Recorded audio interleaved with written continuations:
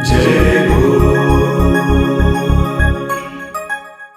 नमस्कार मित्रों, 107.8 एफएम पर मैं सुस्मित आपके साथ हूं और आप सभी का बहुत बहुत स्वागत रेडियो जय घोष में।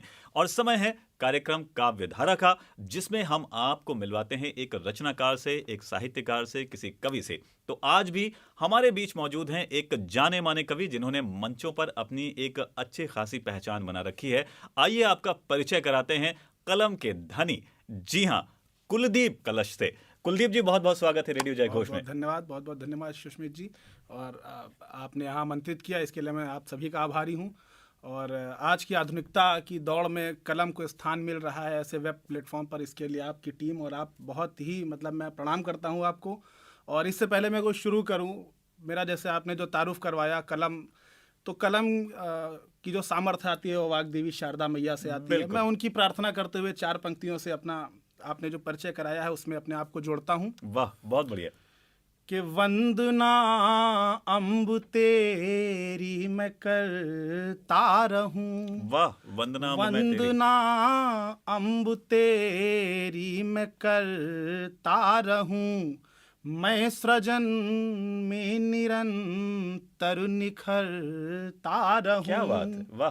कि आरती के दिए सा प्रकाशित रहूं। आरती के दिए सा प्रकाशित रहूं। आरती के दिए सा प्रकाशित रहूं। मैं सुगंधित हवा सा बिखरता रहूं। क्या बात है, क्या बात। मैं सुगंधित हवा सा बिखरता रहूं। तो कुलदीप, आपने इतनी बढ़िया पंक्तियां माँ के चरणों में अर्पित करी, जो हम सबको एक दिशा देती हैं, हम सबको वो ताकत देती हैं कि हम अपनी कलम के माध्यम से अपनी बात कुछ कह पाएं। और आपकी ऐसी बात जब आती है, आपके लिए कहीं मेरे मन में भी 2 पंक्तियां आई थी जी।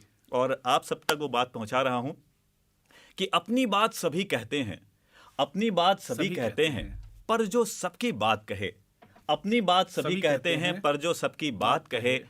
अपनी बात सभी कहते हैं पर जो सबकी बात कहे, वो सामर्थ्य समेट लाता है कवि अपनी कविताओं में। क्या बात है। तो आज कुलदीप कलश से हम कुछ ऐसे ही बातें भी करेंगे और इनके उस सामर्थ्य को भी जानेंगे जो इन्होंने अपनी रचनाओं में समेट कर रखा हुआ है, और वो आप तक पहुंचेगा। मित्रों, कुलदीप, आपने ये जो खुशबू की बात करी, सुगंध की बात करी अभी अभी, तो ये सुगंध जो आप में आई, आपके व्यक्तित्व में आई, कैसे इसकी शुरुआत हुई?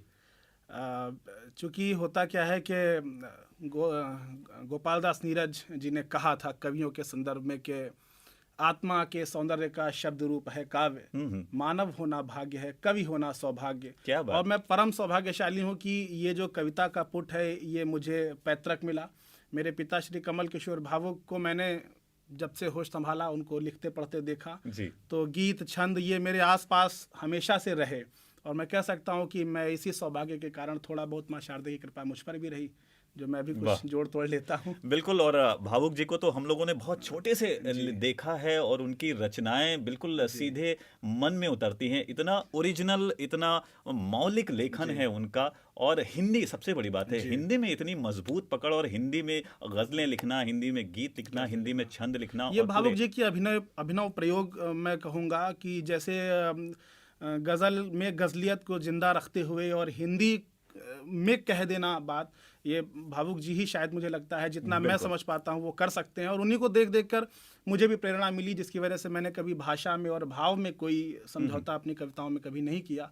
और मेरी आगे भी इन्हीं वाग्देवी से प्रार्थना है कि ऐसी सामर्थ्य मुझ में हमेशा बरकरार रखें। जो कुछ भी मैंने लिखा है मेरे लिए तो मेरे प्रेरणा स्रोत, प्रेरणा पुंज जो भी कहें वो भावुक जी ही हैं, क्योंकि बहुत मैं उनका पुत्र ही हूँ। और बस उन्हीं के मार्गदर्शन में जो कुछ लिखता रहता हूँ वो आपके सामने है ही आज। तो मैंने जितना देखा है भावुक जी को, उनका लेखन जो है वो बहुत ही मजबूत, बहुत ही सशक्त होता है, लेकिन मंचों से उनका उतना जुड़ाव नहीं रहा। आप आज मंचों पर हैं, आपका जाना, एक आप जाना पहचाना नाम है, मंचों पर आपका जाना भी होता है, और आप तमाम जो मंचों पर स्थापित कवि हैं उनके साथ आप काव्य पाठ भी करते हैं जी। क्या फ़र्क लगता है? देखिए, फ़र्क तो बहुत है। फ़र्क यूँ है कि भावुक जी कवि हैं, वो एक बहुत अच्छे परफॉर्मर की अपने मन में कल्पना करके उन्होंने कभी नहीं लिखा। उन्होंने कवि स्वयं को सोचा और अपना नाम यथा नामे तथा गुणे स्वयं को सिद्ध किया। जब आप कवि सम्मेलन की बात करते हैं तो वहाँ पर सामने कवि गोष्ठियों में तो आप कवि हैं और आपको सुनने वाले भी साहित्यकार हैं, बट कवि सम्मेलन में क्या होता है कि सामने कौन सुन रहा है, आप उस तक अपनी बात कैसे पहुंचा रहे हैं। जैसे गज़लों में कहा जाता है कि जगजीत सिंह या गुलाम अली का बहुत बड़ा एक चर्चित नाम है, लेकिन वो गज़ल की सुनने वाली ऑडियंस एक फिक्स होती है। उसको पान की दुकान और चाय की दुकान तक पहुंचाने का श्रेय जाता है पंकज उधास जी को। तो मैं भावुक जी को गज़लों में गुलाम अली और जगजीत सिंह की श्रेणी में रखता हूँ। क्या बात और है, फिर मैं अगर अपने को देखूँ तो कवि सम्मेलन के लिए बहुत सारी चीज़ें होती हैं। एक तो आप सामने वाले की इच्छानुसार लिखें, आप क्या सुनना चाह रहे हैं वो मैं लिखूं, जो मुझे लगता है कोई स्थापित कवि इतनी आसानी से नहीं कर पाता है। चलिए, भावुक तो जी ने लिखा अपनी गज़लों में, मैं उनकी गज़ल उनसे अनुमति मांगते हुए कि फूल ही केवल नहीं अब खार भी होगी गज़ल, वक्त की आवाज है तलवार भी होगी गज़ल, क्या बात और है। सिर्फ कोठी और कोठों का मनोरंजन नहीं, वाह वाह, अब गरीबों के गले का हार भी होगी हाय गज़ल। हाय हाय हाय, क्या बात है, क्या बात है, क्या उनकी कलम चलती है और क्या उनके शब्द कहते हैं, बात सीधे बिल्कुल कलेजे तक उतर जाती है। ये उनकी कविताओं का जादू है, हम सभी जानते हैं। लेकिन अब मैं चाहूंगा आपसे ये सब बातें भी चलती रहें, लेकिन यहाँ पर कुछ आपकी रचना के माध्यम से हमारे साथियों तक पहुंचे तो मजा आ जाए। मैं एक मुक्तक से शुरू करता हूँ। जरूर, स्वागत। और देखिएगा, बहुत कुछ खास नहीं है, लेकिन हाँ कुछ जो खास सोच के ही कोई भी रचना है, कुछ सोच के जाती है कि दिल पर किसका बस होता है, दिल पर किसका बस होता है, किसका बस होता है, ये तो बस बेबस होता है। आए वाह है, क्या बात है, क्या दिल बात पर है। किसका बस होता है, वाह, ये तो बस बेबस होता है। नरक चतुर्दश जैसा जीवन तुमसे धनतेरस होता है। क्या प्रतीक दिया है आपने, वाह वाह, नरक बहुत चतुर्दश सुंदर। जैसा जीवन तुमसे धनतेरस होता है। और देखिएगा, इसी में कुछ तरन्नुम में एक दो मुक्तक मैं प्रस्तुत करना चाहूँगा। जरूर जरूर जरूर। कि सांस में बांसुरी को बसाना रहा, क्या बात है, सांस में बांसुरी को बसाना रहा, चाह की राह में तिल मिलाना रहा, के मधु भरे लोचनों के उपासक रहे, वाह, रूप के गांव में सर झुकाना क्या रहा, बात है, वाह वाह वाह, रूप के गांव में में सर झुकाना रहा। और इसी क्रम का एक मुक्तक देखिएगा कि जरूर, स्वागत। क्या कहें कैसे संत्रास से मर गए, क्या बात, क्या कहें कैसे संत्रास से मर गए, छल भरे एक विश्वास से मर गए, क्या बात, कि जिस नदी की करी उम्र भर अर्चना, वाह, जिस नदी की करी उम्र भर अर्चना, हम उसी घाट पर प्यास से मर गए, क्या बात कही है, वाह वाह वाह वाह वाह वाह, बहुत बढ़िया, क्या बात है, क्या बात है, बड़ी सुंदर आपकी पंक्तियां हैं और वाकई में बड़ा मजा आ रहा है। हमारे साथी जो भी सुन रहे हैं इस वक्त आपको, उनको भी इतना ही आनंद आ रहा होगा, सीधे दिल तक बात पहुंच रही है। तो यही है। तो आप ऐसी पृष्ठभूमि से हैं जहां कविता, जहां शब्द, जहां साहित्य रचा बसा है। आपने बचपन से ही ये सब चीजें देखा, आँख खुलने के साथ ही सब चीजें शुरू हुई। लेकिन जब आप बड़े हुए और आप इस दिशा में आपने बढ़ना शुरू किया, तो आपने अपने घर के अलावा क्या किसी और को पढ़ना, देखना, उनको भी, मतलब होता है ना कि हम किसी फील्ड में आगे बढ़ते हैं तो ये देखिए, जैसा मैंने पहले ही चर्चा किया कि मैं ऐसे कुल में पैदा हुआ जो, मतलब मैं भावुक जी का पुत्र हूँ, ये सौभाग्य है मेरा। और इसके साथ मुझे बहुत सारे होता ना कि कोलेटरल सौभाग्य भी मिले। जैसे आप स्वयं एक साहित्यकार हैं, शायद बहुत कम लोगों को मालूम होगा। आपको भी वंशानुगत आदरणीय रागी जी का नाम सभी लोग उनसे परिचित हैं, पर्यटक जी रहे, और तमाम ऐसे साहित्यकार जिनका पिताजी से मित्रता होने के कारण आना जाना, जो बहुत मतलब जिनसे मिलना लोगों के लिए बहुत आश्चर्य की बात होती, मुझे सहज मिले।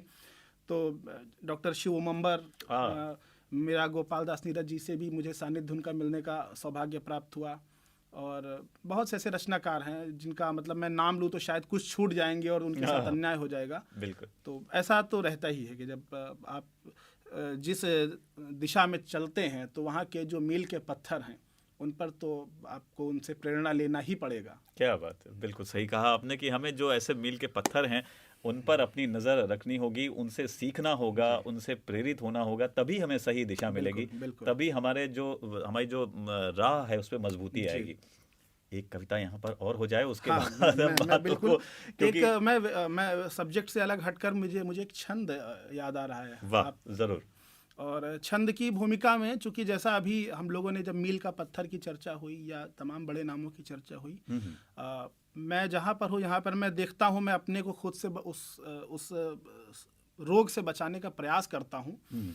और होता क्या है कि हम लोग जरा सी कहते ना कि एक हल्दी की गांठ मिलती है और हम स्वयं को पंसारी समझ लेते हैं। क्या बात। ईश्वर, बड़े कवियों ने लिखा कि जरा सा कुदरत ने क्या नवाजा, वो आके बैठे हैं पहली सफ में, तुम्हारा लहजा बता रहा है, तुम्हारी दौलत नई नई है। क्या बात। तो मैं ईश्वर से प्रार्थना करता हूँ कि इस दुर्गुण से मुझे बचाए, और मैं प्रेरणा लेता हूँ भगवान श्री कृष्ण से।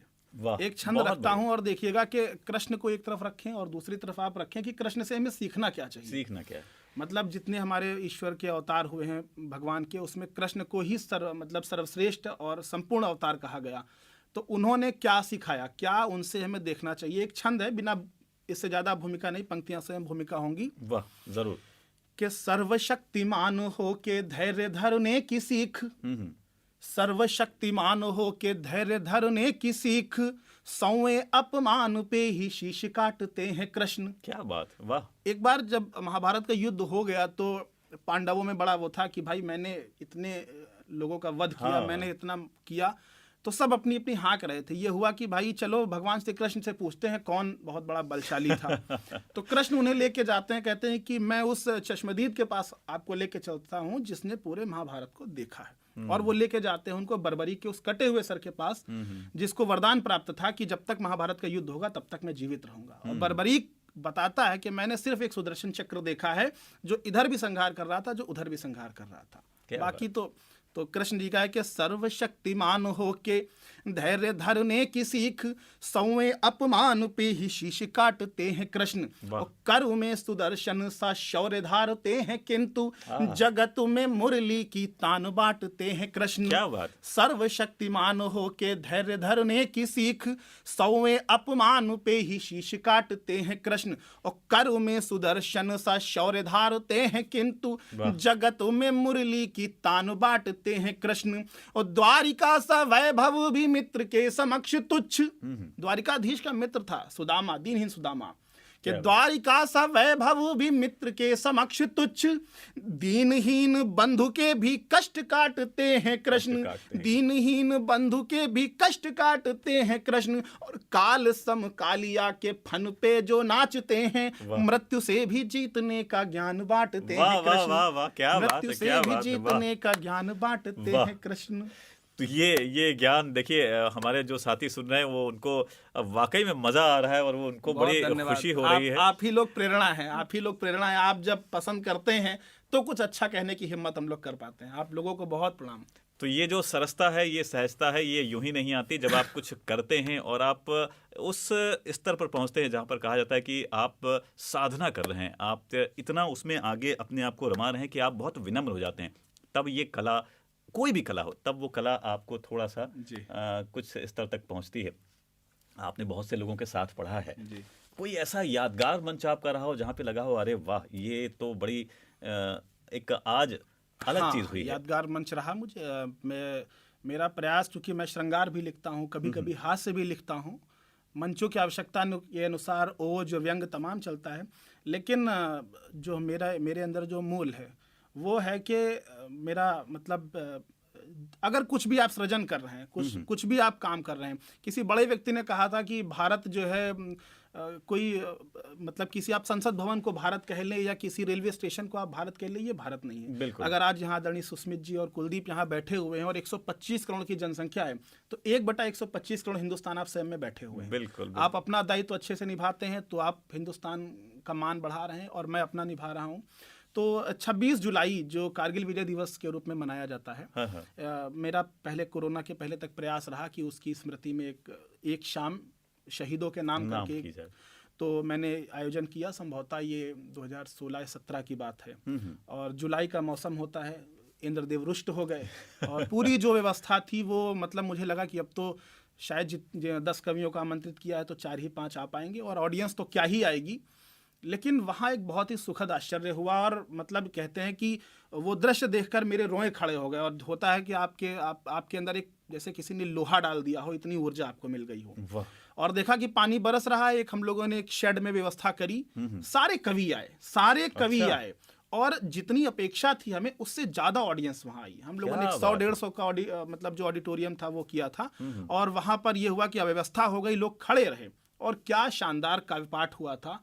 और वो मेरे स्मृतियों में है कि ये बताता है कि हमारे जो देश के लोग हैं, उनको जब ऐसी कोई बात होती है देश की, तो फिर वहाँ उनका जो जोश है, जो उत्साह है। मैं आपकी अनुमति लेकर यहाँ पर एक मुक्तक अपना रखना चाहूंगा। जरूर, स्वागत है। कि जो पौधों के बीज लगाता जाएगा, क्या बात है, जो पौधों के बीज लगाता जाएगा, जो भटकों को राह दिखाता जाएगा, दुनिया उसके चरणों में बिछ जाएगी, दुनिया उसके कदमों में बिछ जाएगी, जो अपने कर्तव्य निभाता जाएगा, जो अपने कर्तव्य निभाता जाएगा। अब अच्छी किसी उद्देश्य के साथ अगर कुछ भी अच्छा करते हैं तो प्रतिफल उसका अच्छा ही आता है। बिल्कुल, और ईश्वर भी उस काम में, ईश्वर ने बहुत कई सहस्त्रों वर्ष पहले कह दिया था, कर्मण्यवाधिकारस्ते मा फलेषु कदाचन। बिल्कुल, आपने भगवान कृष्ण का जिक्र भी किया था, और भगवान कृष्ण की ये बात, ये हमें यही सिखाती है कि हमें जो अपना कर्तव्य है, जो अपना कर्म है, वो पूरी जिम्मेदारी से करना चाहिए, उसमें कहीं कोई लापरवाही ना हो। बिल्कुल, आप भी पूरी तत्परता से जुटे हुए हैं, और लेखन में आपने एक अपना अच्छा एक नाम स्थापित कर रखा है। ऐसे कुलदीप कलश को क्या लिखना बहुत पसंद है? लोगों के लिए तो बात हो गई कि आप लोगों के लिए लिखते हैं, लोगों के मन की बात लिखते हैं, लेकिन जब अपने मन की बात आती है तो क्या लिखना बहुत पसंद आता है? देखिए, कवि के साथ प्रायः ये जोड़ दिया जाता है कि फलाने कवि फलाने रस के। मेरा मानना है कि अगर आप जिंदा इंसान हैं तो किसी एक रस में नहीं बन सकते। किसी हंसने वाली बात पर आपके मन में हास्य भी उत्पन्न होगा, बिल्कुल। कुछ विसंगतियां देखकर क्रोध होगा, तो आप वीर भी लिखेंगे और क्रोध भी लिखेंगे। और कहीं ना कहीं आप हृदय रखते हैं, अगर जीवित हैं तो हृदय है, तो कहीं ना कहीं श्रृंगार वो भी होगा। मैं किसी रस में बंधना कदापि पसंद नहीं करता। हाँ, मुझे समस्याओं पर चोट करना पसंद आता है, मुझे राष्ट्र के लिए लिखना पसंद आता है, मुझे श्री राम के लिए लिखना, श्री कृष्ण के लिए लिखना पसंद आता है। इसलिए नहीं क्योंकि मैं बहुत ज़्यादा आध्यात्मिक हूँ। मैं तो मतलब मैंने कृष्ण का उदाहरण दिया कि आप आज सामान्य रूप में आप उनको उदाहरण के रूप पर देख सकते हैं कि सर्वशक्तिशाली था, लेकिन उन्होंने शिशुपाल की 100 गालियाँ सुनी। उनके हाथ में सुदर्शन था जिसने पूरा महाभारत अकेले किया। और वो कमर में वो उनकी कभी भी छवि देखेंगे तो बांसुरी के साथ, बिल्कुल एक बहुत सहज सुंदर, मतलब एक बालक कालिया के फन पर भी नाच कर दिखा सकता था कि मृत्यु को कैसे जीता जाता है। और हम सब यही अगर देखते रहे तो हमें लगता है कि जो डिप्रेशन जिससे पूरा यूरोप जिससे त्रस्त है, हिंदुस्तान में डिप्रेशन का डी नहीं आ सकता। आप राम का उदाहरण लेके देखिए। मैं राम पर भी कुछ पढ़ना चाहूंगा अगर आपकी अनुमति होगी। राम को मैं तो उन लोगों के लिए भी राम को मिसाल मानता हूं जो राम के अस्तित्व को नकारते हों। वो कहते हैं कि नहीं, राम जैसा कोई पैदा ही नहीं हुआ था। चलो मैं उनकी दृष्टि से मान लूं कि नहीं हुआ था, एक कहानी के रूप में आप ले लें।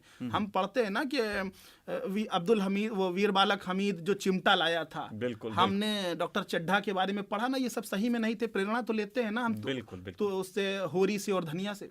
तो राम को आप ना ईश्वर माने, आप राम को राजा के रूप में देख लें, न राजा माने राम को बेटे के रूप में देख लें, न बेटा माने पत्नी का एक आदर्श पति के रूप में देख लें, और फिर भी कुछ न माने तो एक कहानी का आदर्श किरदार आप देख लें। अगर आप उनसे ही प्रेरणा ले लें आदर्श में है। तो मैं राम के लिए कुछ पढ़ना जरूर प्रभु राम की वंदना में। और जो भी दर्शक मुझे देख रहे हैं कि राम की महिमा के बिना, मतलब कहते हैं कि पत्ता ना हिले, लेकिन राम की वंदना में क्या लिखा जाए, क्या छोड़ा है बाबा तुलसीदास ने। मुझे दोहा नहीं याद आ रहा है, दादा विजय त्रिपाठी जी ने लिखा कि तुलसी तुलसी ही रहे, मानस मानस ही रही। क्या बात, इसका कोई विकल्प नहीं है। सही कहा आपने। तो मैं कुछ देखिए छंद प्रस्तुत करता हूँ जरूर। और भूमिका में सिर्फ इतना कहना चाहता हूँ कि एक कहीं दृष्टांत आता है रामचरितमानस में कि मैया शबरी ने उनसे कहा राम जी से कि हे राम, तुम कहाँ यहाँ शबरी के दरवाजे पर आ गए हो, तुम्हें बड़े बड़े काम करने हैं, तुम्हें रावण को मारना है, लंका को विजय करना है।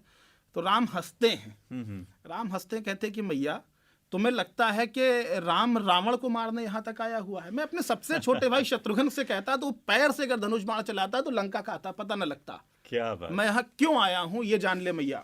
आज से सहस्त्रों वर्ष बाद जब कोई हमारी सनातन धर्म पर प्रश्न चिन्ह उठाएगा कि एक राजा राम थे जिनकी पत्नी का हरण हुआ था और ऐसी सी बातें, तो वहां पर यह कहा जाएगा कि ना, वहां एक राम भी था जो मैया शबरी से मिलने आया था, उसके जूठे बेर खाने आया था। क्या बात। वहां एक राम ऐसा भी था जो केवट को तारने आया था, जिसने वानरों की भालुओं की सेना बनाई थी। तो जब हमारी संस्कृति पर कभी आक्षेप लगेगा तो इसका उदाहरण लोग लेंगे। और मैं प्रस्तुत करता हूँ कुछ छंद। स्वागत।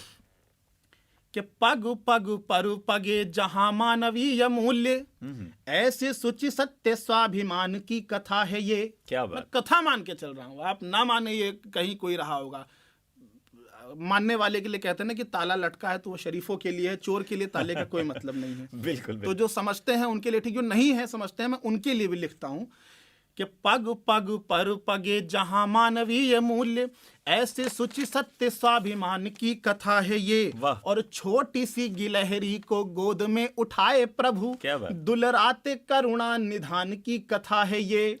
छोटी सी गिलहरी को गोद में उठाए प्रभु, दुलराते करुणा निधान की कथा है ये। परहित सरिस धर्म नहीं दूजा कोई, दुनिया को दिए दिव्य ज्ञान की कथा है ये। दुनिया को दिए दिव्य ज्ञान की कथा है ये। और स्वर्ग से भी बढ़कर है महान मातृभूमि, निज देश गौरव के गान की कथा है ये। निज देश गौरव के गान की कथा है ये। और एक और छंद इसी क्रम का देखे कि प्रभु कार्य के लिए वो घायल जटायु वाली, निर्विकार राम नाम टेर की कथा है ये। बिल्कुल, वाह। प्रभु कार्य के लिए वो घायल जटायु वाली, एक जटायु एक वृद्ध पंछी जिसे मालूम था कि रावण से भिड़ने जा रहा है, उसे मर ही जाना है, लेकिन फिर भी उसने एक नारी के सम्मान के लिए अपने प्राणों की आहुति दे दी और हमारी आज की पीढ़ी को संदेश दिया है कि फिर वही मैं जिसको दोहराया था कि कर मन्यवाधिकार रस्ते। आज कितना भी राम जी के भक्त रहे हो विभीषण, कोई अपने बच्चे का नाम विभीषण नहीं रखता, कोई अपने बच्चे का नाम जयचंद नहीं रखता, हमेशा त्यागियों तपस्वियों की ही चर्चा होती है। बिल्कुल, बहुत सही बात कही आपने कि प्रभु कार्य के लिए वो घायल जटायु वाली, निर्विकार राम नाम टेर की कथा है ये। और मित्रता महत्व हेतु ताड़ वाले 7 वृक्ष, एक बाण में ही हुए ढेर की कथा है ये। क्या बात। मित्रता महत्व हेतु ताड़ वाले 7 वृक्ष, एक बाण में ही हुए ढेर की कथा है ये। शरणों में आए शत्रु पक्ष के महत्व को भी एक क्षण ना लगाई देर की कथा है ये। एक क्षण ना लगाई देर की कथा है ये। और भोले भाले के वट की चतुराई भरी भक्ति, साथ साथ शबरी के बेर की कथा है ये। साथ साथ शबरी के बेर की कथा है ये। क्या बात है, शबरी के बेर की कथा है ये। वाकई में श्री राम, प्रभु श्री राम ऐसा व्यक्तित्व, ऐसा आदर्श जिनके आप जीवन की कोई भी बात उठा लें आप बहुत कुछ सीख सकते हैं, समझ सकते हैं। ऐसा आदर्श व्यक्तित्व कहीं नहीं मिलता, कहीं नहीं मिलता। राम के साथ जो जुड़ गया वो अमर हो गया। राम के साथ जुड़ के केवट अमर हो गया। राम के साथ जुड़ के वानरराज सुग्रीव अमर हो गए। और हनुमान जी को तो मतलब प्रभु हनुमान को याद करेंगे तो राम कहते हैं कि मेरा नाम लेने से पहले हनुमान को याद कर ले। बिल्कुल सही कहा। तो ऐसे कुलदीप कलश जब ऐसे राम की बात करते हैं, कृष्ण की बात करते हैं, लोगों की बात करते हैं, तो ऐसे कुलदीप कलश युवाओं की भी बात करते हैं। आप युवाओं का प्रतिनिधित्व भी करते हैं, आपके अंदर युवा मन है और आप मंचों पर आए, आपने कविता शुरू करी और कविताओं में आपने एक अच्छा खासा नाम अपना बनाया है, अपनी पहचान बनाई है। तो आपको क्या लगता है जो हमारे और युवा साथी हैं जो साहित्य से जुड़ना चाहते हैं, उनके लिए क्या कुछ ज़रूरी बातें हैं जो उनको ध्यान में रखनी चाहिए? देखिए, ये तो इतना बड़ा प्रश्न है कि इसमें तो कोई स्थापित व्यक्ति ही बोल सकता है। फिर भी यथा सामर्थ्य मैं आपके प्रश्न का, देखिए साहित्य क्या है कि बहुत सारे लोग इसको अब एज अ प्रोफेशन भी यूज़ करते हैं, मतलब उसको अडॉप्ट करते हैं। और मैं इसको गलत भी नहीं मानता, क्योंकि जब तक आप किसी चीज़ में प्रोफेशनलिटी नहीं लाते हैं तब तक उसके साथ आप न्याय नहीं कर पाते। आपने बहुत अच्छा सृजन किया, लेकिन उस सृजन से समाज को क्या मिला? जब तक आपका प्रस्तुतिकरण आप समाज के बीच में उसको कहेंगे नहीं तो तब तक उसका कोई मतलब नहीं। आपने अच्छा बनाया और घर में रख लिया, आपने मेहमान को खिलाया ही नहीं। वाह। तो साहित्य बहुत बहुत चर्चित, बहुत पुरानी कहावत है कि साहित्य समाज का दर्पण है। बिल्कुल। अब आज अगर मैं किसी पर उंगली नहीं रख रहा हूँ, हम लोग बॉलीवुड को कोसते रहते हैं, जैसा भी है वो उनको आरोप लगाते हैं कि आप वो उल्टा सीधा परोस रहे हैं। तो ये हम पर भी तो आरोप है कि वो उल्टा सीधा कर रहे हैं, तो हम सीधा सीधा क्यों नहीं परोसते हैं? वाह। और ये सुनने के लिए मैं तैयार नहीं हूं कि उसकी ग्राह्यता नहीं। आप अगर अच्छा लिखते हैं तो अच्छा सुनने वाले 100 लोग हैं, 100 में 100 नहीं होते, 100 में 50 जरूर होते हैं। बिल्कुल, अच्छा आप कहेंगे तो उसके तो लोग अलग ही नए होंगे। लिखने वालों के लिए, मैं खुद ही नया ही लिखने के क्षेत्र में हूं, लेकिन मैं फिर भी अपने समवयस्क साथियों को कहना चाहूंगा कि लिखते रहें, कलम के साथ न्याय करते रहें। भाषा की गरिमा, आप हिंदी के कवि हैं तो लगे आप हिंदी के कवि हैं। हिंदी के शब्दों का, नए नए शब्दों का समावेश करें। जब आप किसी अच्छी कविता में कोई हिंदी का क्लिष्ट शब्द भी डाल देते हैं तो वो फिर आम जनमानस की भाषा हो जाती है। आज हम लोग लाइन लाइन लाइन कहते कहते इतना वो लाइन शब्द आ गया कि हम लाइनें कह देते हैं, हम आप बुके कह देते हैं। बिल्कुल। तो हिंदी में ये सामर्थ्य है कि अगर आप किसी शब्द को कविता में ले आते हैं, बाबा तुलसीदास ने मानस में कितने क्लिष्ट क्लिष्ट अवधि के शब्द रख दिया जो हमारी जबान पे रटे हुए। बिल्कुल बिल्कुल। तो साहित्य में सामर्थ्य है, और मैं अपने समवयस्क रचनाकारों को ये बोलना भी चाहूंगा कि जब भी वो सृजन करें तो वो कुछ भी लिखे। हास्य भी बहुत श्रेष्ठ हास्य लिखा जाता है। हमने दादा सनकी जी को सुना है, हाँ, एक बड़े श्रेष्ठ उदाहरण हैं लोग। साहब का व्यंग सुना है, और आज के समय पर भी लखनऊ का बड़ा नाम इस्माइल मैन सर्वेश अस्थाना जी की चर्चा भी हो रही थी। व्यंग, अगर व्यंग की तरीके से लिखा जाएगा, चुटकुले नहीं किए जाएंगे, तो व्यंग को भी लोग सुनते हैं, ज्यादा सुनते हैं, और लोग समझते हैं कि आप क्या कर रहे हैं, चुटकुलेबाजी हो रही है या कविता हो रही है। वो संप्रेषणीयता बता देती है कि आपने क्या भेजा है श्रोता की तरफ। तो कलम के साथ न्याय करते रहें, जो भी चाहे लिखें, हाथ से लिखें, श्रृंगार लिखें, ओज लिखें, भाषा की शुद्धता का ध्यान रखें, और कलम को किसी और के हाथों में न, आप लिख रहे हैं तो आपकी कलम महसूस हो। बस इससे ज्यादा मैं नहीं समझता कि मैं कोई आचार्य हूँ। तो ये कलम अपने हाथ में ही रहनी चाहिए, अब उसका जो नियंत्रण है वो अपने ही हाथ में रहे, ये बहुत ज़रूरी है। मुझे ऐसा लग रहा है कि आप शायद ऐसे ही कुछ बात बता रहे हैं जो हमारे साथियों को समझनी चाहिए, और पढ़ें और जानें, अपना जो शब्दकोश है वो बढ़ाएं, ये बहुत ज़रूरी है।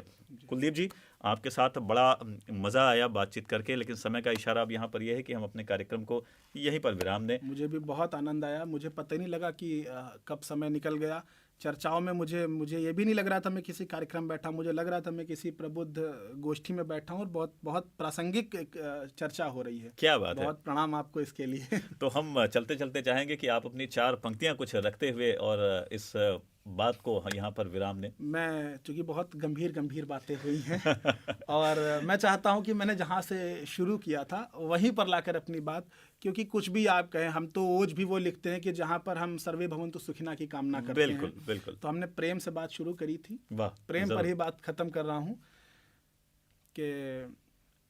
कि वो हमारी तुम्हारी क्या पहचान थी। आपको भी आपके कॉलेज के टाइम में वापस लेकर जा रहा हूँ, और बिना भूमिका के आप भी महसूस करिएगा, और जो सामने दर्शक हैं वो भी उस दौर से गुजरे होंगे। मैं बहुत प्यारी सी हल्की सी गुलाबी पंखुड़ियाँ देकर यहाँ से विदा ले रहा हूँ कि वो हमारी तुम्हारी क्या पहचान थी। क्या बात।